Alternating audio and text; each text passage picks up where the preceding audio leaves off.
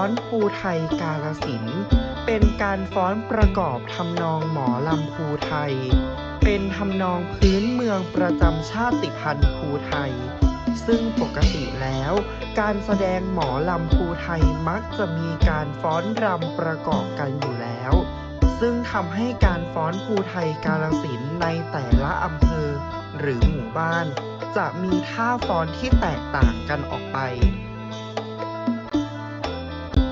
ท่าฟ้อนของชาวภูไทยได้ถูกรวบรวมโดยนายมนทาดุลนี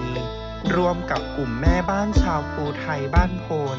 อำเภอคำม่วงจังหวัดกาฬสินธุ์เป็นผู้คิดค้นประดิษฐ์ท่าฟ้อนภูไทยให้เป็นระเบียบ4ท่าหลักด้วยกันส่วนท่าอื่นๆทางวิทยาลัยนาฏศิลป์กาฬสินธุ์เป็นผู้คิดประดิษฐ์โดยได้นำเอาการฟ้อนของชาวภูไทยที่อาศัยอยู่ในเขตอำเภอเขาวงอำเภอกุชินารายณ์และอำเภอคำม่วงรวบรวมเอาไว้ด้วยกันซึ่งเมื่อเสร็จเรียบร้อยจึงได้ทำการแสดงครั้งแรกเมื่อปีพุทธศักราช 2537 ณ พระตำหนักภูพานราชนิเวศน์จังหวัดสกลนคร